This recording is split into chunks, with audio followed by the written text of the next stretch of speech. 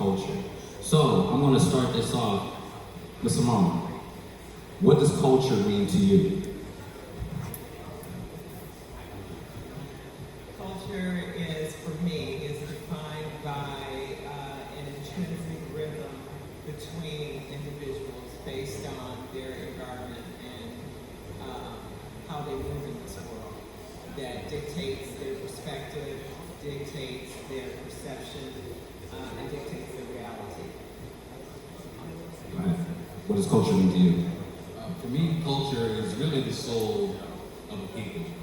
Any group of people that come together, the way they act, their behaviors, their guiding principles, the things that they do, what they eat, the music, all these things create a culture. And this is an invisible thing. Sometimes we don't realize that even small group of people that are just friends have a culture, the way that they behave.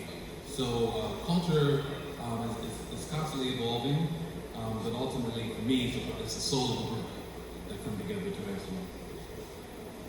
Yeah, that's hard to follow. Culture to me is a shared identity.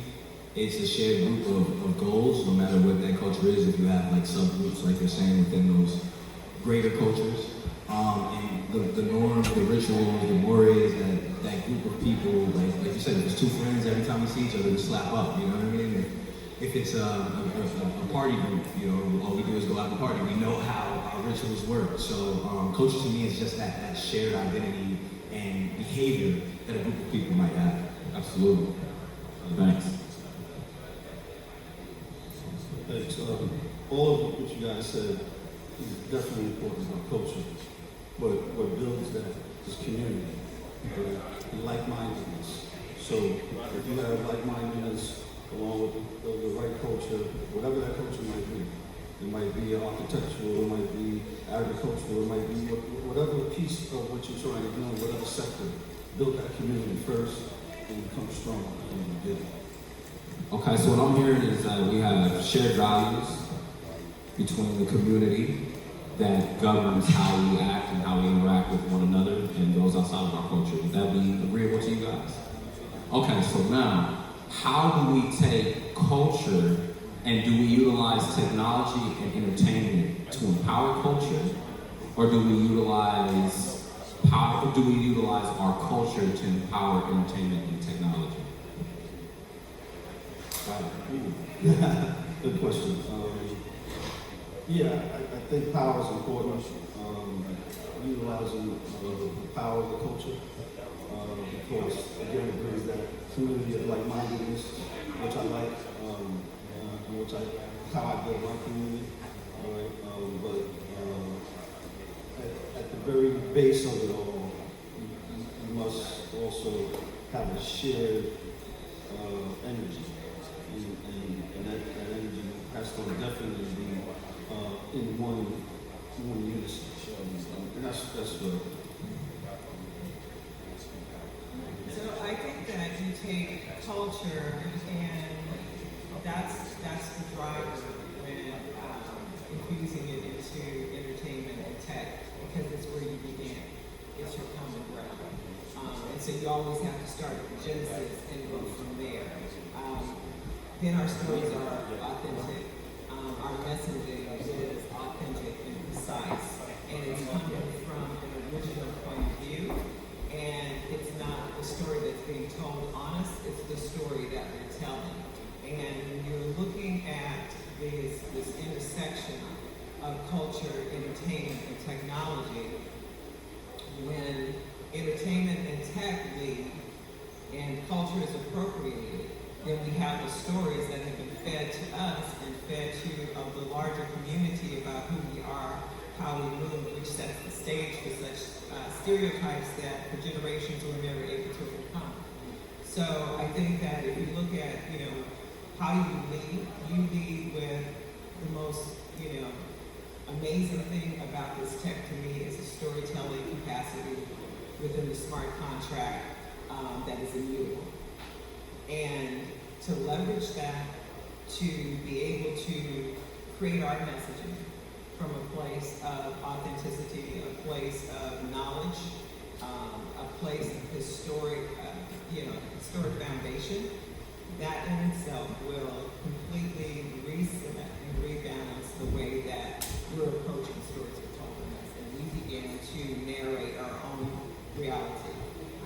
said something very powerful, and what I'm hearing from you is that component of ownership, right? Because if we do not own our stories, then our culture gets appropriated and then is leveraged utilizing the technology and then perpetrated in entertainment. Absolutely, yeah. You know, I think it was very powerful what he just said. I mean, I've been thinking about that a lot. You know, growing up in the '90s, you know, a lot of shows and music that really dictated, you know, the culture as we saw today. But my thought process was, where did it actually start? Did it start from the people, or did it start from the entertainment, right? And was the entertainment that was created via the show, the music, was that dictated or was it hijacked? And, you know, put in. So again, it's really this strange feedback loop that we see. Sometimes it can start from the entertainment or the technology, or sometimes it's actually authentically from the people. I think as we move into this new space, we need to make sure, as we are saying, that it's authentic, right? And it's not, you know, appropriated, that we are in control, we own the culture that's being put out there. You know, Shay, my partner, was talking yesterday about an event that we spoke at in the metaverse, in spatial, and again, with someone else talking about Black culture, but, you know, didn't come from our community, and created a whole museum around it, you know, and then, you know, trying to curate Black people to be the face, and we see this happen time and time again. So I think it's critical to make sure that it actually starts authentically from the culture, and make sure that the people that are taking it from the culture and putting it into technology and into the entertainment is owned by us. So that's Absolutely. That you just gave me a whole other thought. I don't know if you guys have heard about. I think he's from Europe. This artist was creating this. He created this artificial image of this woman, this melanated woman, and she's really dark. She's really beautiful, but she looks real. Like, I don't know if you all have heard about that. But okay, so yeah, that's the thought that you gave me. So yes, ownership is very important in our culture because we're creators. We are the original. Like, there's no, you know what I mean? Like, scientifically proven that we're the original, so we must continue to create and own that creatorship, I guess. But I also want to kind of point our attention to the fact that we have to reestablish our cultures. Our culture. We have to deal with a lot of the issues in our culture before we bring that to tech, where it's immutable and it stays there. And you know what I mean? We have to deal with each other differently. If we have issues, we can't keep going out in front of people and talking about those issues. Like, that's the type of stuff that I feel like we're overlooking. Education in this space, tech in this space, like what we're doing here now, for this reason, a lot of other people are overlooking. So I think before we even begin to establish what our culture is going to be in the tech space, we need to bridge that gap. Because I've spoken at, you know, predominantly melanated schools and then predominantly non-melanated schools, and the fact is that the non-melanated children know way more about tech than our children do. So these types of events exclusively for children, because believe it or not, your children are the ones who are going to make you the millionaires in this culture, in this tech culture, because they understand social media, they understand how to build communities, they understand how to work with communities much better than we do. You know what I mean? Gaming and all of that, getting paid to game. A few $1,000s a month, children are being paid in blockchain gaming. That's a culture that's being created. To where our child, we don't have to wag our finger at them about, hey, make sure you're ready for college, make sure you're... No, we can teach them blockchain and make sure that someone can teach them blockchain, Web3, etc. And they can be 17, 18 years old looking at six-figure jobs before they're even out of high school. And you don't have to push them about the ACT or the SAT. That needs to be our culture, a culture of creation, making sure that our children are the creators. That's very important. Very important. Especially when what I'm hearing from you is about, one, the reestablishment of our culture and what is the culture, right? Protecting our culture so that we're protecting the ownership of our culture. Because what I really feel like is we're in our Black Planet days right now. And what I mean by that is that how many of y'all have Black Planet pages?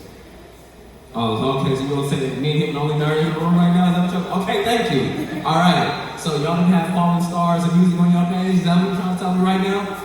All right, well see, the thing about Black Planet was that during that time, this was before MySpace, this was before Facebook, and 14 years old, 15, 12 years old, weren't supposed to have an account on it, right? But had all the pictures, had all the music on the page, and I didn't realize I was doing web development. And to think that if I would have continued with those skills for the next 10 years, I could have built multi-billion-dollar companies off of skills that I was doing with the Black Planet page. So now that we're in the earlier stages, I don't want to say early, but earlier stages of blockchain, Web3, the NFTs, this is our opportunity to really establish ourselves, entrench ourselves in the technology so that we can utilize it to leverage our culture. So, how do we protect our culture? Because, if I wanted to create an anime, or I wanted to create a manga, I can't just go and create an anime or create a manga and have it respected by Japanese culture. So how do we establish our culture and then protect it and keep the ownership of it? Yeah, that's what it's all about. What I've done with my community is dive into education of the DeFi side of crypto and really looked at a lot of tokens that are DAOs to be able to provide capital through yielding, through farming, and that side of the business, the capital side of the business. And I think from a money perspective, if you can, and finance perspective, if you can protect the culture in that way, it will never be able to be pushed aside. Plus you have the community, everybody's eating at the same time, all for the yields, all for the DAO. And if you get the right company, like we think they're able to get, then you're able to feed off of their intelligence. They're doing the work. They're doing all the paperwork, or whatever the case might be. You're just being able to take that culture, put it inside of their umbrella, and work with finance piece. So I'm always looking from the capital side. That's my business. Economics. Now, I think one of the ways is you made an interesting analogy that we wouldn't have the same adoption by Korean and Japanese as they have in the United States. And I beg to differ. I think that, we are originators. We determine what culture is. We determine what's fashionable. We determine the trends and trajectories. They come to look to us to see what we're doing and then emulate it, appropriate it. So why wouldn't we take the creativity that is innate, develop our own signature? We can't follow what anybody, I could never be you. No matter how much I tried, all I could be is an imitation of you, right? And the only thing that we can be is authentic. The only thing that we can create is what comes from us. So what's the plan? Is to have a plan. How is this successful? That you don't just say, I'm going to do this and throw it out there. Learn the foundation. Learn to create a roadmap. Learn to create a strategy. You do not go into business and just say, I'm going to go and I'm going to start watching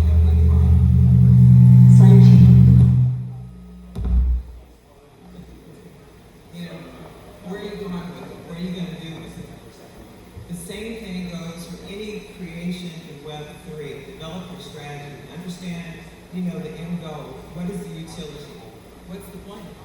So if we approach it from that in a strategic manner and not this haphazard, because, what's happened with TikTok is that, hey, you got two kids in a room and one decides that music is making me move a certain way. So it's captured on video, and I'm not thinking that what I just did, I created an original work of art, and now I put it up on display for free to be copied.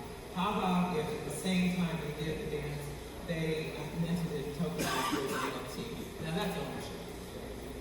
So it's changing our perspective on things. I think what we're actually on the same paragraph, just a footnote, in the same way that how the companies are looking to us to identify what culture is, yet we get paid pennies compared to the millions that they get from coming to us.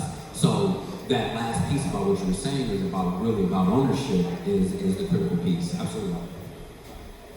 Yeah, man, a lot of great answers up here. I think about Alfonso and I'm looking at that Fortnite.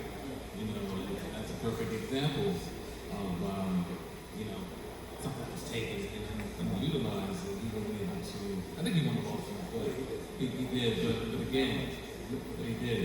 Again, we're constantly creating. I think it goes back to awareness and education. And we talked about the younger generation being, those creators, and those are going to be, like you said, the ones that teach us to be in the space because they're the neighbors. And I think starting at the ground level is going to be important to educate them about how to protect, intellectual property and how to copyright or trademark. Working in the tech industry, I work with a lot of different cultures.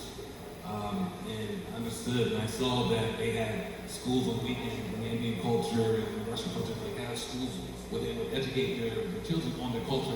And I feel like that's something that we were missing, right? Like, how come we don't do those type of things to make sure that information is passed down? So I think as we're moving in this space, we need to make sure that we're educating children because they're the creators right now, but they don't have that business savviness, that component of it. As well as, make it, a priority. So that our celebrities and people that are the larger influencers are putting that message out there. They're going to be in control as well, but making sure that they are also teaching about the benefits and things that you need to do to protect your intellectual property. Because they've kind of the boat there as well. So I think we need to kind of pass that down to the next generation. Absolutely. I basically have to piggyback off of what was just said. The education of children, but the way we speak to our children, and the fact that we don't want them to believe that everything that they're given in school is what defines them. So really sort of nurturing their gifts and their talents. It's like we gave so much grief to Will and Jada for the way that Jaden and Willow were, but those were free melanated babies. Or the way that they are. Those are free, melanated babies who express the way that they want to with their parents' support. And we have been so oppressed by just generations of fear of something happening to us. Like parents raising us with the constant fear of something happening to us. And that is expressed in the sense of, don't do that, make sure you don't do that. You have to do this, you have to make straight A's, you have to do whatever they tell you to do because I need you to be safe and I need you to be successful because you're changing something for our family. So instead of forcing them to do that in order to achieve success, nurture their talents and see how you can, I don't want to say monetize because that sounds so, you know what I mean? It doesn't sound right, but see how you can help them to make a living off of their talents. And you may not know, but find someone. You got Facebook groups, you got Instagram, you got all of these people who are willing to help you and your children for free in most cases.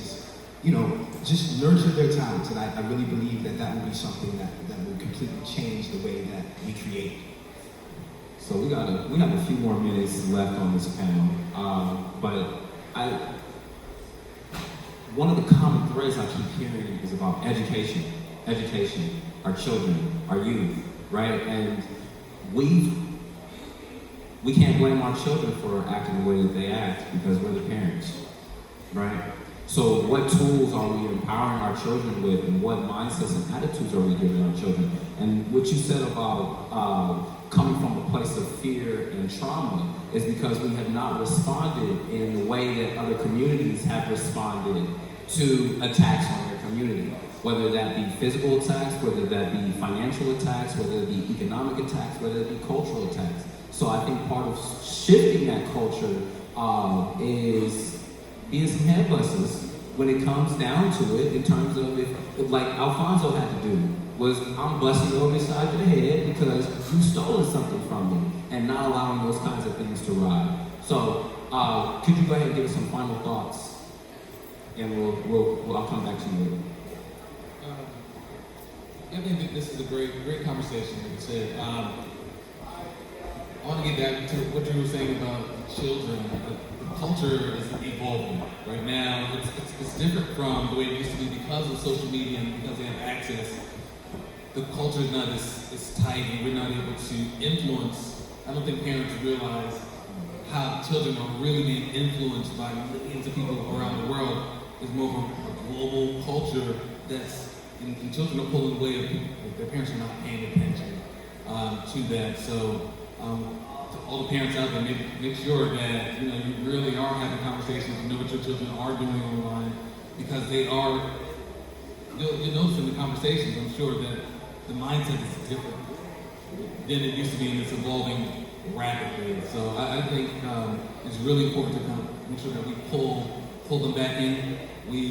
And I talked about this yesterday, breaking down silos, making sure that us as a black community, a global black community, we're also holding hands and make sure that we're continuing to have conversations so that we don't lose our culture to the internet and to the metaverse, and someone creates a new culture for us and they dictate what that culture is. Absolutely. We need to be able to still own that culture and dictate it and have conversations around what we want our future to be. Thank you. So when you say education, the one thing I always find interesting and you kind of hit is that other cultures teach their children about their history and this culture. And African tribes and within the villages, there's always the ancestors that pass on the stories of the ancestors. So it's imbued in, their psyche. The American history of black people is so tragic that our ancestors refuse to tell the stories. So we live cloaked from information that could, in their minds, harm us. I remember my grandmother was just like, I know a quick aside, but I used to always wonder why she would ask if you brought somebody around like, who are their people? Okay? They look like this person or that person. That was our way of tracking lineage, because when you have a male slave that's put out to pasture after servicing so many female slaves, you have a community of people who could be directly related. So that the ancestors' role is not to tell the story. The ancestors' role is to make sure the bloodline remains separate. Okay? So when you think about it from that perspective, and now you're saying, well, let's go in and teach them about their culture. And then I remember, as a student being in classrooms, that the minute they would talk about American history and spend 2 days or 20 minutes on Black history, it was this depiction of slaves in the field grinning and happy to be there, or one family. We all saw the same pictures. Now think of yourself as a child sitting in a room, in a very diverse room, and all of a sudden these students who haven't viewed you through a certain lens turn around and take a look at you differently. Because now you are no longer like me, you're beneath me. That's the reality of growing up in this country for us. That's our experience. And so I think that we have to be honest with our children and tell them the ugly truth. But we don't want to face them ourselves. I've raised 3 children, and my biggest mantra for them is like, Mom, what do you want me to be when I grow up? Happy. I don't have any other desire for them. You're happy, I'm happy. But it took me a long time in my head to get to that point where I could say that to me. So I think that when you talk about educating children replicate what they see in you. If you're proud, they're proud.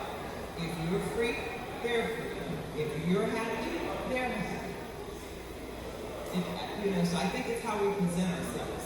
And I think that we have to be mindful not to present ourselves from a place of shame, because we have nothing to be shameful for. That's right.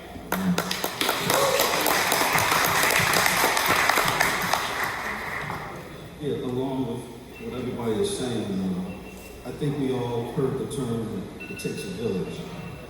And when you talk culture, you're talking about a village. You're talking about a village of us, wherever we might be. Here in the States, other countries, but wherever that culture is going to be, the strength of the village is what's important. So how do you strengthen the village? Well, education is very important, right? When you talk about where we're heading now for the NFT con, we're talking, this is a totally new environment for, I'm in it a year and a half, and it's still new, right? So I'm learning and researching, and from what I see is to protect the culture, to allow the adults to be able to drive their education down to their kids, where it's important is to learn how to, again, capitalization, right? You can tokenize and you can do a lot of that, but wrap a nice DAO token around whatever NFT you got to protect that NFT so that it can even be shelved and you still get the dividend from whatever bank it is or from whatever token that they may be providing a promotion of 8x, 10x, 20x from a point of holding your liquidity. So that's what I do. I build liquidity pools, and inside of those pools is going to be all the different cultures. That's important to strengthen. Absolutely. Brother Link, go ahead and close us out. We got about 90 seconds for you, brother. 90. Mm-hmm. All right. Yes, absolutely. The DAOs and liquidity mining, yield farming is essentially what we've done for years with susus, right? So we can do that now, and we can all take part in those rewards. But I would also implore you all to demystify the idea of blockchain technology, the idea of Web3. Stop thinking that is not for you, that it is not for you. Stop thinking that it is too advanced for you, and understand that it is built foundationally off of the very principles that you use in your regular life. And I can demonstrate to you several ways that you use the idea and concept of blockchain technology in everything. I also want you to realize the power of your DNA and the memory that is encoded in your DNA, and know that the very system of blockchain and how it's replicated on a chain of information, a mutable ledger, whatever that may be, that is how we have always operated. The way that we built our homes, the stories that we passed down was all one story, one block of information that was passed down in chronological order, and it was immutable because there was a sense of consensus that was built around the fact that this is the story of our ancestors, and we're going to continue to give it to our children. So I want you to understand the principle of that. Everything that has been built off of tech, from the very binary code system in our ancient systems of divination, it is us. And I need you to remember that. And if you need help remembering it, you can always come to one of us. Being rich is hard, being poor is hard. Choose your heart.